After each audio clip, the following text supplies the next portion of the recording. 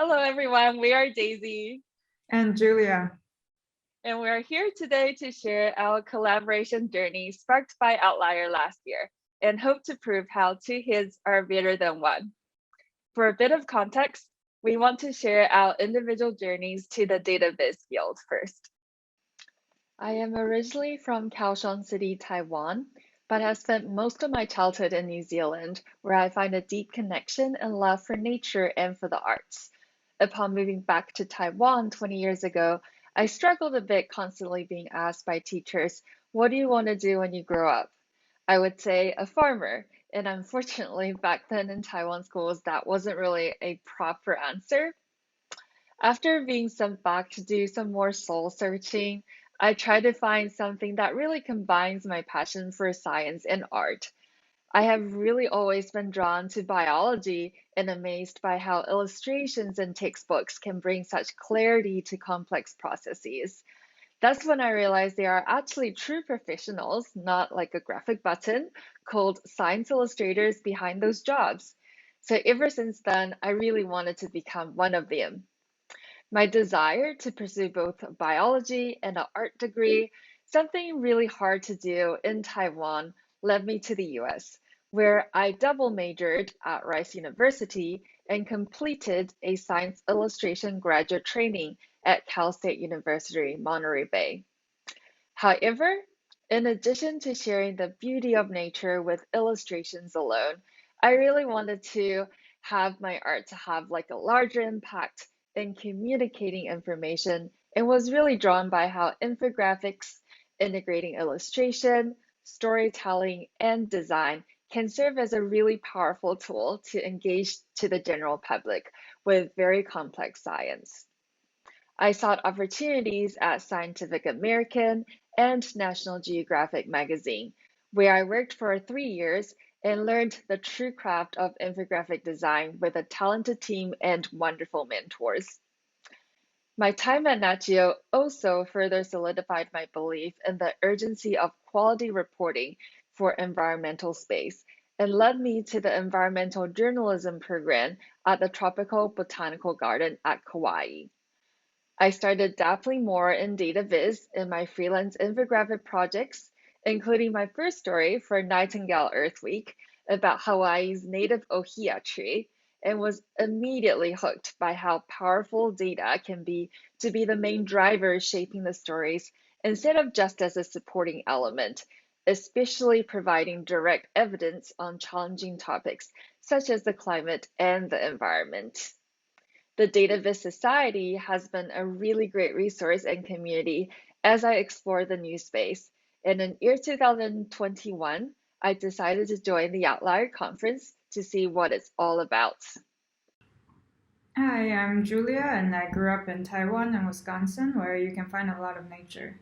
And because of that, I've always been interested in conserving our environment and the various species that are found in it, which led me to studying conservation biology and entomology at school. However, during my master's, I realized that I would like to communicate my results to a broader audience instead of just publishing papers, as some of you may be able to relate. So I started teaching myself web technologies such as JavaScript in order to use the web as a medium to disseminate information. At the same time, since UW-Madison has a really great cartography program and I've always been fascinated by maps, I decided to take some of those classes, and one of which introduced me to D3 and data visualization. And not surprisingly, since then I've been hooked. After that, I started looking for work that combines my passions. So I moved to Japan to work on antmaps.org, which is an interactive mapping application that displays end specimen data. And that was my first professional project in terms of maps and data viz. After that, I moved to Paris because my husband's work, and I started my one-person company to work on different contracts and consultancies, which I really enjoyed as this allowed me to work with various clients, such as UN organizations, the media, or environmental organizations. And it also allowed me to work on multiple projects at once, which is really great for my jack-of-all-trades working style. And during that time, I realized that data-driven storytelling is a really good means for advocacy, for education, and for getting information out there. And it's especially applicable given my interests in wildlife trade and human rights and democracy. So I started taking on more data journalism projects. And while working on all these projects, I realized that I'm quite a bit out of touch with the data viz community. So I tried to be a bit more active on Twitter, even though I still only have about 200 tweets.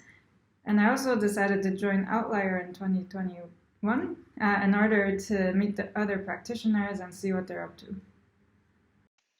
At this point, our two heads did not know of each other's existence across oceans, but through the remote cross-time zone Outlier conference, we both got to connect, learn, and be inspired by many talents around the world. This includes Mick from Continentalist, a data storytelling studio in Singapore. He realized our shared roots and interest and decided to be our matchmaker. After Mick had mentioned Daisy to me, I was really excited to find another fellow Taiwanese in the database scene, as at that point I didn't get a chance to meet anyone else. And then I took a look at Daisy's website and I became even more excited because I was really impressed by her infographics and illustration work, especially given the fact that there was a really big focus on science and nature.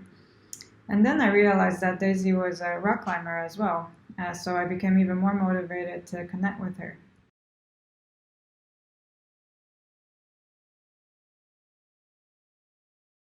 After connecting, we realized that we both have common interests and backgrounds with both overlapping and complementing skills.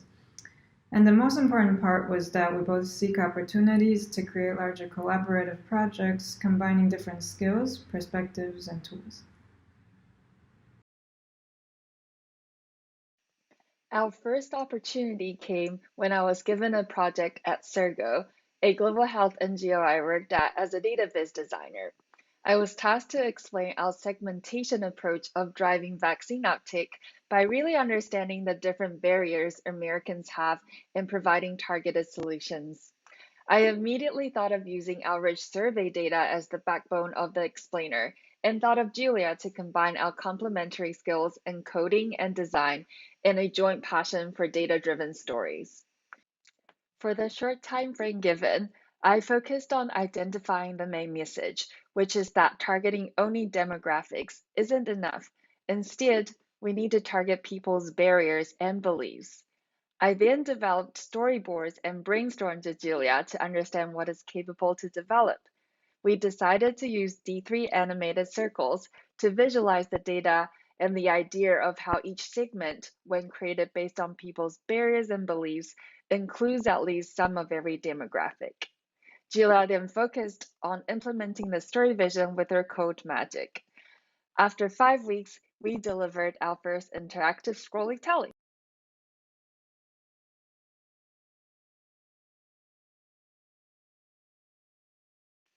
During the Outlier conference and especially the Asian snack on Calm session, we realized how lacking Asian voices and stories are in the data viz scene. We wanted to use our data viz expertise and upbringing from Taiwan to highlight parts of Taiwan we love or aspects we find interesting to a wider audience. This sparked our motivation for our side project collaboration, a series of data-driven visuals all about Taiwan. Through the project, our goals are to expand data-driven storytelling scene to Taiwan and in the Asian community at large, where this field is still pretty new. To share the rich, nuanced stories of Taiwan that sometimes get lost in translation in a more Western-dominated narrative, and at times we don't even know ourselves. And most important of all is to have fun. We want to learn new skills both within and beyond our domain and create things with our complementary skills that would be impossible if we had to work alone. After identifying our goals, we had to decide on the format. We considered creating scroll-driven interactive pieces, more original ways of visualizing data, design-focused data visualizations, or simple yet digestible static charts. After exploring all the options and aligning them with our goals, we decided to start with interactive pieces, but also to not limit ourselves in future projects. This way we can expand our toolboxes and explore diverse media. We can also work on smaller projects when we're busier and explore various topics at different depths. Next, we need to decide on how we should collaborate. For example, should we pick a theme, then the two of us each make something separately, similar to the data sketches project? Do we work on one project together with the aim of developing new skills? Or do we work on one project but combining our complementary skills? We decided on the latter for our first project, where Daisy would take on the illustration and design, and I would take on the development and the data analysis. This will allow us to create high-quality pieces and make the best of our two heads. Finally, what kind of story should we tell? There are so many good potential topics on Taiwan for a data-driven story. Here you can see some example themes and topics that we came up with, such as the singing garbage trucks, which is an interesting local phenomenon in Taiwan, the increasing pangolin populations due to local conservation efforts, and Taiwan's gender diversity across politics. But what should be our first topic? It's a bit stereotypical, but many compelling reasons pushed us to go for bubble tea. Why did we decide to focus on bubble tea? Bubble tea is very characteristic of Taiwan. Moreover, food as a topic tends to resonate with people, and that's extra true for Taiwan. Finally, we also decided that we want to pick a theme that's a bit more lighthearted and less depressing, given that for our work we often deal with heavy subjects. For bubble tea, we explored many ideas in terms of what to focus on, such as the controversial origin of bubble tea, trends in popularity over time, or the density of stores across Taiwan. They all seem interesting, but nothing seemed that original to me. Then I thought maybe we can focus on the different drinks and flavors, since I noticed that the bubble tea stores outside of Taiwan often have fewer drinks compared to those in Taiwan. Some drinks in Taiwan also use ingredients that come from local plants, so through that we can also learn a bit about history as well as the regional flora. In terms of data, we selected the top 5 most popular drink stores in Taiwan and listed out all the drinks across these stores. We then distilled the data to find only the unique drinks.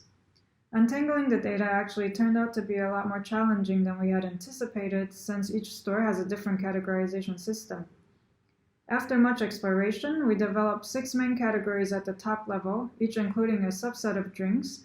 Then within each category broke the drinks down into their 5 components, with each combination of components leading to 157 unique drinks. Then, by looking at the data, a hierarchical format seemed appropriate. So using D3, I rearranged the tabular data into hierarchical data. So at the very top, there is one root node, which has children nodes, and each of those also have children nodes, and so on and so forth for the 5 component levels that we described earlier, eventually leading to the unique drinks, which are also the leaf nodes. After the data is in the hierarchical format, I'm able to also use D3 to draw a visualization that has a hierarchical layout. The most intuitive and straightforward option to me seemed to be the tree layout. When Julia showed me the boba trees, I immediately saw the curvy lines as flows of tea ingredients all cascading and colliding into the beautiful final product. I was also inspired by Wendy's illustrations of kitchen shelves in the Salt, Fat, Acid, Heat book and integrated boba store equipments for each of those nodes. However, in order to create a story experience, it was important to provide background and cultural context. For us, the most interesting part of boba is how customizable each drink can be, from selecting the base and what temperature you prefer. I thought it would be really fun for our users to experience the joy of customizing their tea as well. So let's begin your tea making adventure. Through a step-by-step drinking ordering experience, we start by introducing different types of base drinks and how they are made.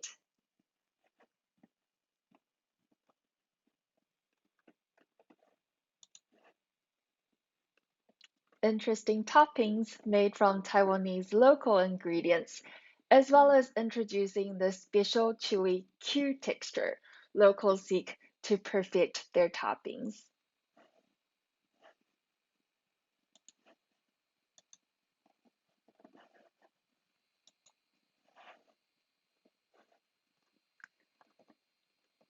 The common preference of drinking room temperature beverages in Asian culture for good health.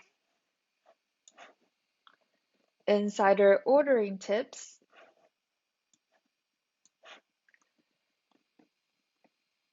as well as folding in recent environmental efforts of reusable straws and customized designed boba baggies to reduce plastic waste. In the end, the audience will be rewarded by enjoying their very own customized virtual drink out of 12,775,875 possible combinations, and learn a little bit about the Taiwanese culture along the way as well. Finally, it was important to have the story in both English and Mandarin so that we can truly break down the language barrier, and selfishly, so my Taiwanese parents can finally understand what I do for a living and connect with the Asian community. We hope to use a relatable topic as a friendly stepping stone to more in-depth, larger topics we want to explore in the future, and allow us to also bring in more people outside of the database community. If you would like to follow our project, you can find us on Instagram at Taiwan Data Stories, or create your own and add our hashtag Taiwan Data Stories.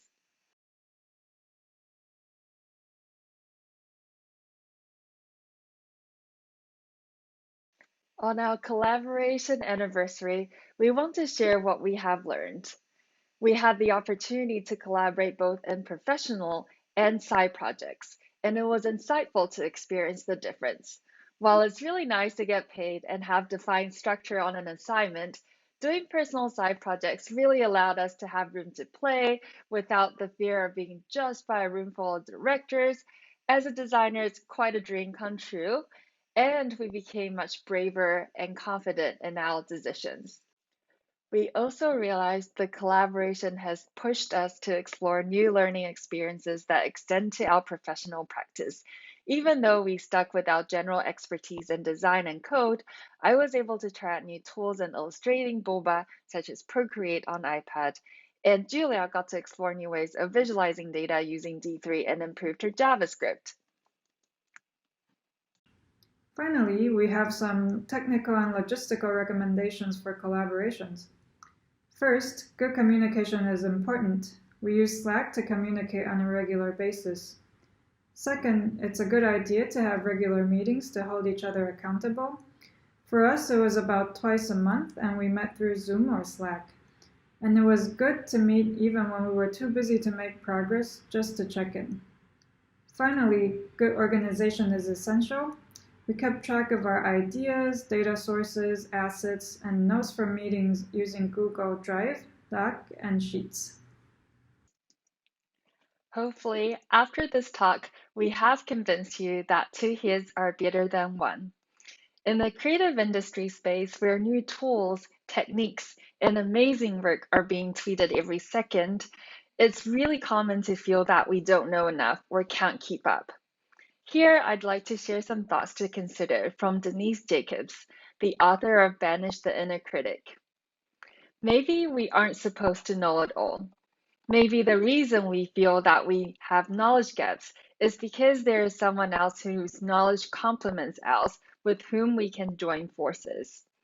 Maybe, just maybe, we're not supposed to try to do it all by ourselves. Instead of feeling like we need to compete with others, we are really destined to work together and collaborate to create something amazing. So here is a question for you. Who's your next collaborator? Maybe it's someone who's also listening to this talk or attending the conference across the ocean.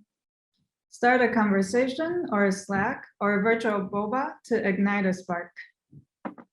And the conference is not over. We hope you can go find your creative match and maybe come to talk about it next year. Thank you. And And cheers. cheers.